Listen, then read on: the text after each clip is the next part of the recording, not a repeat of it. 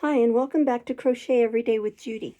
Today we're reading from Treasure Island, starting with Chapter 4, The Sea Chest. I lost no time, of course, in telling my mother all that I knew, and perhaps should have told her long before, and we saw ourselves at once in a difficult and dangerous position. Some of the man's money, if he had any, was certainly due to us, but it was not likely that our captain's shipmates, above all the two specimens seen by me, Black Dog and the blind beggar, would be inclined to give up their booty in payment of the dead man's debts. The captain's order to mount at once and ride for Dr. Livesey would have left my mother alone and unprotected, which was not to be thought of.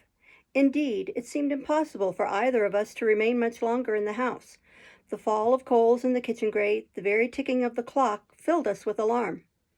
The neighborhood, to our ears, seemed haunted by approaching footsteps, and what between the dead body of the captain on the parlor floor and the thought of that detestable blind beggar hovering near at hand and ready to return, there were moments when, as the saying goes, I jumped in my skin for terror. Something must speedily be resolved upon, and it occurred to us at last to go forth together and seek help in the neighboring hamlet. No sooner said than done. Bareheaded as we were, we ran out at once in the gathering evening and the frosty fog. The hamlet lay not many hundred yards away, though out of view, on the other side of the next cove, and what greatly encouraged me, it was in an opposite direction from that whence the blind man had made his appearance, and whither he had presumably returned. We were not many minutes on the road, though we sometimes stopped to lay hold of each other and hearken, but there was no unusual sound, nothing but the low wash of the ripple and the croaking of the crows in the wood. It was already candlelight when we reached the hamlet, and I shall never forget how much I was cheered to see the yellow shine in doors and windows. But that, as it proved, was the best of the help we were likely to get in that quarter. For you would have thought men would have been ashamed of themselves. No soul would consent to return with us to the Admiral Benbow. The more we told of our troubles, the more, man, woman, and child, they clung to the shelter of their houses. The name of Captain Flint, though it was strange to me, was well enough known to some there and carried a great weight of terror. Some of the men who had been to field work on the far side of the Admiral Benbow remembered, besides, to have seen several strangers on the road, and taking them to be smugglers, to have bolted away. And one at least had seen a little lugger in what we called Kit's Hole. For that matter, anyone who was a comrade of the captain's was enough to frighten them to death, and the short and the long of the matter was that while we could get several who were willing enough to ride to Dr. Livesey's, which lay in another direction, not one would help us to defend the inn. They say cowardice is infectious, but then argument is, on the other hand, a great emboldener. And so when each had his say, my mother made them a speech. She would not, she declared, lose money that belonged to her fatherless boy. If none of the rest of you dare, she said, Jim and I dare. Back we will go the way we came, and small thanks to you, big hulking chicken-hearted men. We'll have that chest open, or if we die for it, and I'll thank you for that bag, Mrs. Crossley, to bring back our lawful money in. Of course I said I would go with my mother, and of course they all cried out at our foolhardiness. But even then, not a man would go along with us, and all they would do was to give me a loaded pistol lest we were attacked, and to promise to have horses ready saddled in case we were pursued on our return, while one lad was to ride forward to the doctors in search of armed assistance. My heart was beating fiercely when we two set forth in the cold night upon this dangerous venture. A full moon was beginning to rise and peered redly through the upper edges of the fog, and this increased our haste, for it was plain, before we came forth again, that all would be bright as day, and our departure exposed to the eyes of any watchers. We slipped along the hedges, noiseless and swift, nor did we see or hear anything to increase our terrors, till, to our huge relief, the door of the Admiral Benbow had closed behind us. I slipped the bolt at once, and we stood and panted for a moment in the dark, alone in the house with the dead captain's body. Then my mother got a candle in the bar, and holding each other's hands, we advanced into the parlor. He lay as we had left him, on his back, with his eyes open, and one arm stretched out. Draw down the blind, Jim, whispered my mother. They might come and watch outside. And now, said she, when I had done so, we have to get the key off that, and who's to touch it, I should like to know. And she gave a kind of sob as she said the words. I went down on my knees at once. On the floor close to his hand there was a little round of paper, blackened on one side. I could not doubt that this was the black spot, and taking it up, I found written on the other side, in a very good, clear hand, this short message: "You have till 10 tonight." "He had till 10, Mother," said I, and just as I said it, our old clock began striking. This sudden noise startled us shockingly, but the news was good, for it was only 6. "Now, Jim," she said, "that key." I felt in his pockets, one after another. A few small coins, a thimble, and some thread and big needles, a piece of pigtail tobacco bitten away at the end, his gully with the crooked handle, a pocket compass, and a tinderbox were all that they contained, and I began to despair. "Perhaps it's round his neck," suggested my mother. Overcoming a strong repugnance, I tore open his shirt at the neck, and there, sure enough, hanging to a bit of tarry string, which I cut with his own gully, we found the key. At this triumph, we were filled with hope and hurried upstairs without delay to the little room where he had slept so long and where his box had stood since the day of his arrival. It was like any other seaman's chest on the outside, the initial B burned on the top of it with a hot iron, and the corners somewhat smashed and broken as by long, rough usage. "Give me the key," said my mother, and though the lock was very stiff, she had turned it and thrown back the lid in a twinkling. A strong smell of tobacco and tar arose from the interior, but nothing was to be seen on the top except a suit of very good clothes, carefully brushed and folded. They had never been worn, my mother said. Under that, the miscellany began: a quadrant, a tin cannikin, several sticks of tobacco, 2 brace of very handsome pistols, a piece of bar silver, an old Spanish watch, and some other trinkets of little value and mostly of foreign make, a pair of compasses mounted with brass, and 5 or 6 curious West Indian shells. It has often set me thinking since that he should have carried about these shells with him in his wandering, guilty, haunted life. In the meantime, we found nothing of any value but the silver and the trinkets, and neither of these were in our way. Underneath there was an old boat cloak, whitened with sea salt on many a harbor bar.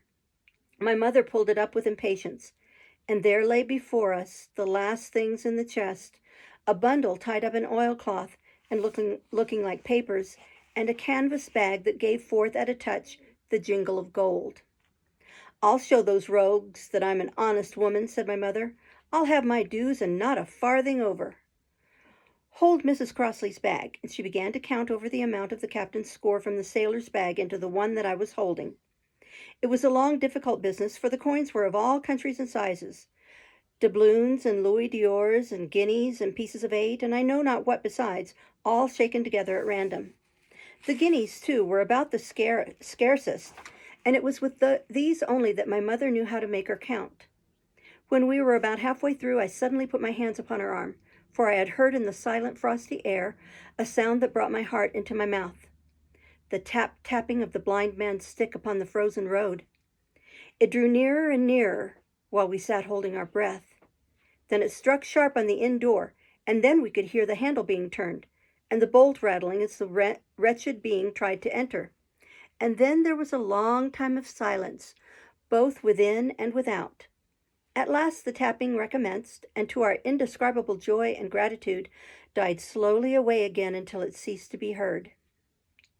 "Mother," said I, "take the whole and let's be going," for I was sure the bolted door must have seemed suspicious, and would bring the whole hornet's nest about our ears, though how thankful I was that I had bolted it, none could tell who had never met that terrible blind man.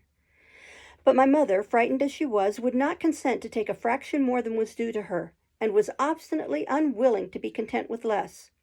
It was not yet 7, she said, by a long way. She knew her rights, and she would have them, and she was still arguing with me when a little low whistle sounded a good way off upon the hill. That was enough, and more than enough, for both of us. "I'll take what I have," she said, jumping to her feet. "And I'll take this to square the count," said I, picking up the oilskin packet. Next moment we were both groping downstairs, leaving the candle by the empty chest, and the next we had opened the door and were in full retreat. We had not started a moment too soon. The fog was rapidly dispersing. Already the moon shone quite clear on the high ground on either side, and it was only in the exact bottom of the dell and round the tavern door that a thin veil still hung unbroken to conceal the final steps of our escape. Far less than halfway to the hamlet, very little beyond the bottom of the hill, We must come forth into the moonlight. Nor was this all, for the sound of several footsteps running came already to our ears, and as we looked back in their direction, a light tossing to and fro, and still rapidly advancing, showed that one of the newcomers carried a lantern. "My dear," said my mother suddenly, "take the money and run on. I am going to faint." This was certainly the end for both of us, I thought. How I cursed the cowardice of the neighbors! How I blamed my poor mother for her honesty and her greed, for her past foolhardiness and present weakness. We were just at the little bridge by good fortune, and I helped her, tottering as she was, to the edge of the bank where, sure enough, she gave a sigh and fell on my shoulder. I do not know how I found the strength to do it all, and I am afraid it was roughly done, but I managed to drag her down the bank and a little way under the arch. Farther I could not move her, for the bridge was too low to let me do more than crawl below it. So there we had to stay, my mother almost entirely exposed, and both of us within earshot of the inn. Chapter 5, The Last of the Blind Man. My curiosity, in a sense, was stronger than my fear, for I could not remain where I was, but crept back to the bank again, whence, sheltering my head behind a bush of broom, I might command the road before our door. I was scarcely in position ere my enemies began to arrive, 7 or 8 of them running hard, their feet beating out of time along the road, and the man with the lantern some paces in front. 3 men ran together, hand in hand, and I made out, even through the mist, that the middle man of this trio was the blind beggar. The next moment his voice showed me that I was right. "Down with the door!" he cried.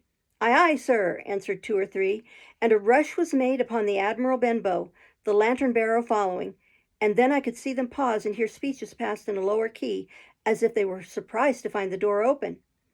But the pause was brief, for the blind man again issued his commands. His voice sounded louder and higher, as if he were afire with eagerness and rage. "In, in, in!" he shouted, and cursed them for their delay. 4 or 5 of them obeyed at once, 2 remaining on the road with the formidable beggar. There was a pause, then a cry of surprise, and then a voice shouting from the house, "Bill's dead!" But the blind man swore at them again for their delay. "Search him, some of you shirking lubbers, and the rest of you aloft and get the chest," he cried. I could hear their feet rattling up our old stairs, so that the house must have shook with it. Promptly afterward, fresh sounds of astonishment arose. The window of the captain's room was thrown open with a slam and a jingle of broken glass, and a man leaned out into the moonlight, head and shoulders, and addressed the blind beggar on the road below. "Pew!" he cried. "They've been before us. Someone's turned the chest out alow and aloft." "Is it there?" roared Pew. "The money's there." The blind man cursed the money. "Flint's fist, I mean," he cried. "We don't see it here nohow," returned the man. "Here, you below here. Is it on, Bill?" cried the blind man again. At that, another fellow, probably him who had remained below to search the captain's body, came to the door of the inn. "Bill's been overhauled already," he said. "Nothing left." "It's these people of the inn. It's that boy. I wish I had put his eyes out," cried the blind man Pew. "They were here no time ago. They had the door bolted when I tried it. Scatter, lads, and find 'em." "Sure enough, they left their glim here," said the fellow from the window. "Scatter and find 'em. Rout the house out," reiterated Pew, striking with his stick upon the road. Then there followed a great to-do through all our old inn, heavy feet pounding to and fro, furniture all thrown over, doors kicked in until the very rocks re-echoed, and the men came out again one after another on the road and declared that we were nowhere to be found. And just then the same whistle that had alarmed my mother and myself over the dead captain's money was once more clearly audible through the night, but this time twice repeated. I had thought it to be the blind man's trumpet, so to speak, summoning his crew to the assault, but I now found that it was a signal from the hillside toward the hamlet, and from its effect upon the buccaneers a signal to warn them of approaching danger. "There's Dirk again," said one. "Twice. We'll have to budge, mates." "Budge, you skulk," cried Pew. "Dirk was a fool and a coward from the first. You wouldn't mind him. They must be close by. They can't be far. You have your hands on it. Scatter and look for them, dogs. Oh, shiver my soul," he cried, "if I had eyes." This appeal seemed to produce some effect, for 2 of the fellows began to look here and there among the lumber, but half-heartedly, I thought, and with half an eye to their own danger all the time, while the rest stood irresolute on the road. "You have your hands on thousands, you fools, and you hang a leg. You'd be as rich as kings if you could find it, and you know it's here, and you stand there malingering. There wasn't one of you dared face Bill, and I did it, a blind man, and I'm to lose my chance for you. I'm to be a poor, crawling beggar, sponging for rum when I might be rolling in a coach. If you had the pluck of a weevil in a biscuit, you would catch them still." "Hang it, Pew, we've got the doubloons," grumbled one. "They might have hid the blessed thing," said another. "Take the Georges, Pew, and don't stand here squalling." Squalling was the word for it. Pew's anger rose so high at these objections till at last, his passion completely taking the upper hand, he struck at them right and left in his blindness, and his stick sounded heavily on more than one. Those, in their turn, cursed back at the blind miscreant, threatened him in horrid terms, and tried in vain to catch the stick and wrest it from his grasp. This quarrel was the saving of us, for while it was still raging, another sound came from the top of the hill on the side of the hamlet, the tramp of horses galloping. Almost at the same time a pistol shot, flash, and report came from the head side, and that was plainly the last signal of danger, for the buccaneers turned at once and ran, separating in every direction, one seaward along the cove, one slant across the hill, and so on, so that in half a minute not a sign of them remained but Pew. Him they had deserted, whether in sheer panic or out of revenge for his ill words and blows, I know not.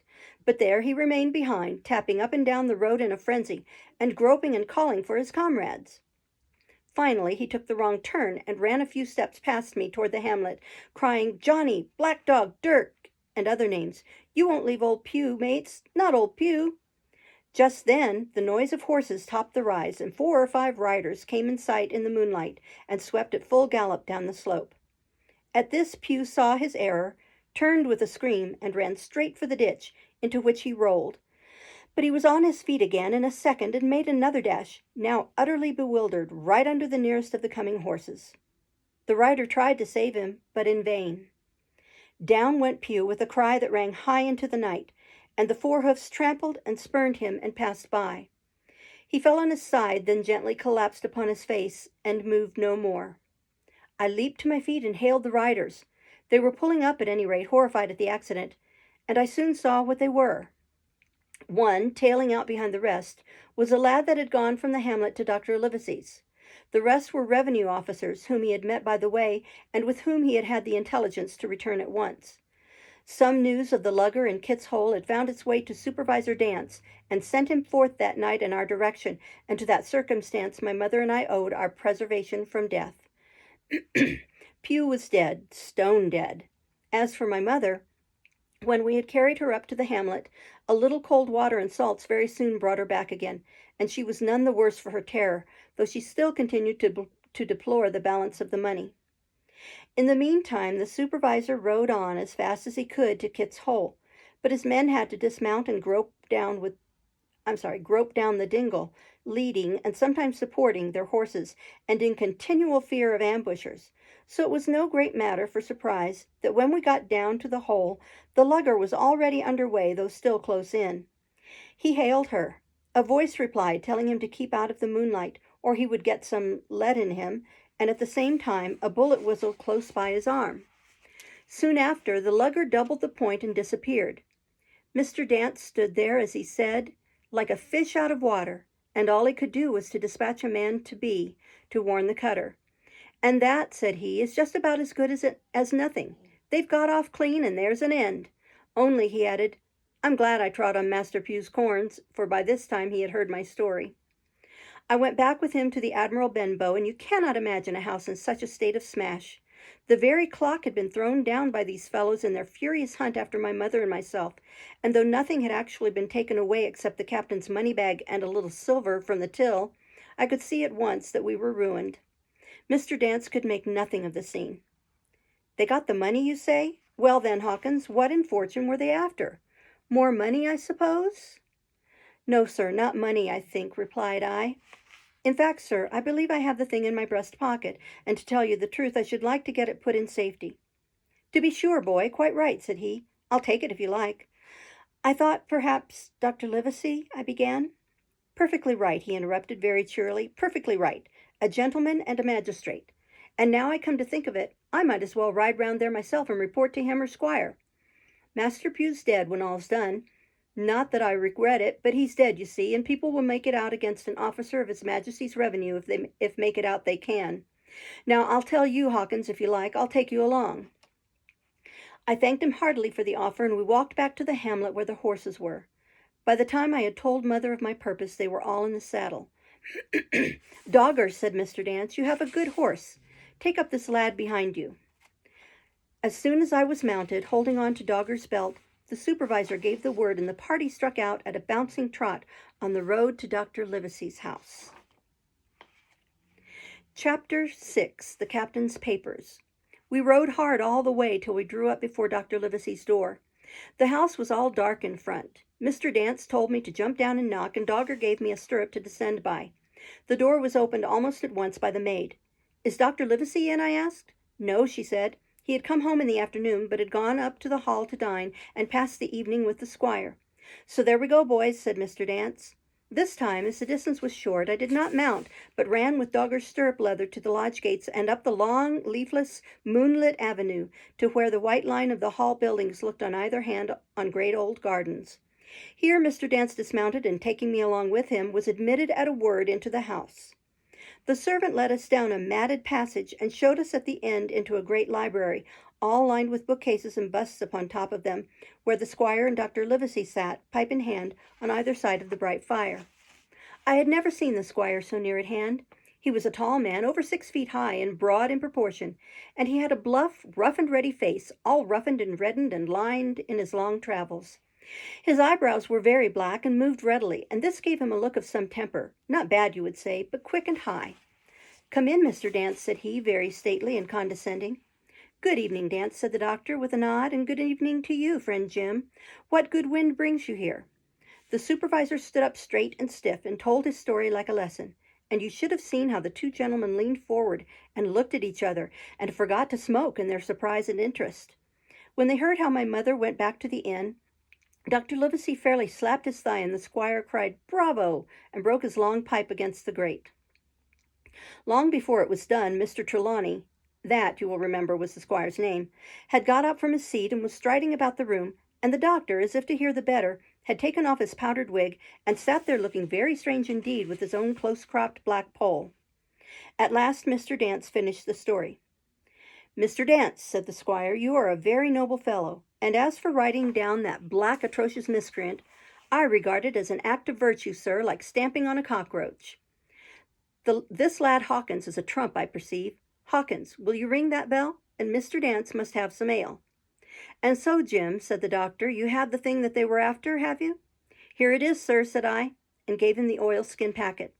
The doctor looked it all over as if his fingers were itching to open it, but instead of doing that, he put it quietly in the pocket of his coat. "Squire," said he, "when Dance has had his ale, he must of course be off on his Majesty's service, but I mean to keep Jim Hawkins here to sleep at my house, and with your permission, I propose we should have up the cold pie and let him sup." "As you will, Livesey," said the squire. "Hawkins has earned better than cold pie." So a big pigeon pie was brought in and put on a side table, and I made a hearty supper, for I was as hungry as a hawk, while Mr. Dance was further complimented and at last dismissed. "And now, squire," said the doctor. "And now, Livesey," said the squire in the same breath. One at a time, laughed Dr. Livesey. "You have heard of this Flint, I suppose?" "Heard of him?" cried the squire. "Heard of him, you say? He was the bloodthirstiest buccaneer that sailed. Blackbeard was a child to Flint. The Spaniards were so prodigiously afraid of him that I tell you, sir, I was sometimes proud I was an Englishman. I've seen his topsails with these eyes off Trinidad, and the cowardly son of a rum puncheon that I sailed with put back, sir, into port of Spain." "Well, I've heard of him myself in England," said the doctor. "But the point is, had he money?" "Money!" cried the squire. "Have you heard the story? What were these villains after but money? What do they care for but money? For what would they risk their rascal carcasses but money? Excuse me." "That we shall soon know," replied the doctor. "But you are so confoundedly hot-headed and exclamatory that I cannot get a word in. What I want to know is this. Supposing that I have here in my pocket some clue to where Flint buried his treasure, will that treasure amount to much?" "Amount, sir?" cried the squire. "It will amount to this. If we have the clue you talk about, I fit out a ship in Bristol dock and take you and Hawkins here along, and I'll have that treasure if I search a year." "Very well," said the doctor. "Now then, if Jim is agreeable, we'll open the packet, and he laid it before him on the table. The bundle was sewn together, and the doctor had to get out his instrument case and cut the stitches with his medical scissors. It contained two things, a book and a sealed paper. "First of all, we'll try the book," observed the doctor. The squire and I were both peering over his shoulder as he opened it, for Dr. Livesey had kindly motioned me to come round from the side table where I had been eating, to enjoy the sport of the search. On the first page there were only some scraps of writing, such as a man with a pen in his hand might make for idleness or practice. One was the same as the tattoo mark, "Billy Bones his fancy." Then there was "Mr. W. Bones, mate," "No more rum," "Off Palm Key he got it," and some other snatches, mostly single words and unintelligible. I could not help wondering who it was that had got it, and what "it" was that he got. A knife in his back, as like as not. "Not much instruction there," said Dr. Livesey as he passed on. The next 10 or 12 pages were filled with a curious series of entries. There was a date at one end of the line, and at the other was a sum of money, as in common account books, but instead of explanatory writing, only a varying number of crosses between the two. On the 12th of June, 1745, for instance, a sum of 70 pounds had plainly become due to someone, and there was nothing but 6 crosses to explain the cause. In a few cases, to be sure, the name of a place would be added, as "Off Caracas," or a mere entry of latitude and longitude, as 62 degrees 17 minutes 20 seconds, 19 degrees 2 minutes 40 seconds. The record lasted over nearly 20 years, the amount of the separate entries growing larger as time went on, and at the end a grand total had been made out after 5 or 6 wrong additions, and these words appended: "Bones his pile." "I can't make head or tail of this," said Dr. Livesey. "The thing is clear as noonday," cried the squire. "This is the Black-Hearted Hound's account book. These crosses stand for the names of ships or towns that they sunk or plundered. The sums are the scoundrel's share, and where he feared an ambiguity, you see he added something clearer. Off Caracas. Now you see, here was some unhappy vessel boarded off that coast. God help the poor souls that manned her. Coral long ago." "Right," said the doctor. "See what it is to be a traveler? Right. And the amounts increase, you see, as he rose in rank." There was a little else in the volume, but a few bearings of places noted in the blank leaves toward the end, and a table for reducing French, English, and Spanish moneys to a common value. "Thrifty man," cried the doctor. "He wasn't the one to be cheated." "And now," said the squire, "for the other." The paper had been sealed in several places with a thimble by way of seal, the very thimble, perhaps, that I had found in the captain's pocket. The doctor opened the seals with great care, and there fell out the map of an island, with latitude and longitude, soundings, names of hills and bays and inlets, and every particular that would be needed to bring a ship to a safe anchorage upon its shores. It was about 9 miles long and 5 across, shaped, you might say, like a fat dragon standing up, and had 2 fine landlocked harbors and a hill in the center part marked the Spyglass. There were several editions of a later date, but above all, 3 crosses of red ink, 2 on the north part of the island, 1 in the southwest, and besides this last, in the same red ink, and in a small neat hand, very different from the captain's tottery characters, these words: "Bulk of treasure here."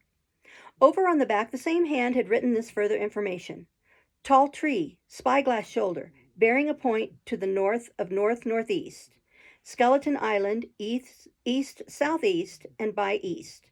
10 feet. The bar silver is in the north cache. You can find it by the trend of the east hummock, 10 fathoms south of the black crag with the face on it. The arms are easy found in the sand hill north, point of North Inlet Cape, bearing east and a quarter north. J.F." That was all, but brief as it was, and to me incomprehensible, it filled the squire and Dr. Livesey with delight. "Livesey," said the squire, "you will give up this wretched practice at once. Tomorrow I start for Bristol. In 3 weeks' time, 3 weeks, 2 weeks, 10 days, we'll have the best ship, sir, and the choicest crew in England. Hawkins shall come as cabin boy. You'll make a famous cabin boy, Hawkins. You, Livesey, are ship's doctor. I am admiral. We'll take Redruth, Joyce, and Hunter. We'll have favorable winds and a quick passage, and not the least difficulty in finding the spot, and money to eat, to roll in, to play duck and drake with ever after." "Trelawney," said the doctor, "I'll go with you, and I'll go bail for it, so will Jim, and be a credit to the undertaking. There's only one man I'm afraid of." "And who is that?" cried the squire. "Name the dog, sir." "You," replied the doctor, "for you cannot hold your tongue. We are not the only men who know of this paper. These fellows who attacked the inn tonight, bold, desperate blades for sure, and the rest who stayed aboard that lugger and more, I dare say not far off, are, one and all, through thick and thin, bound that they'll get that money. We must none of us go alone till we get to sea. Jim and I shall stick together in the meanwhile. You'll take Joyce and Hunter when you ride to Bristol, and from first to last, not one of us must breathe a word of what we've found. Livesey, returned the squire, you are always in the right of it. I'll be as silent as the grave. We'll stop there and start tomorrow with part 2. Thanks. See you later. Bye-bye.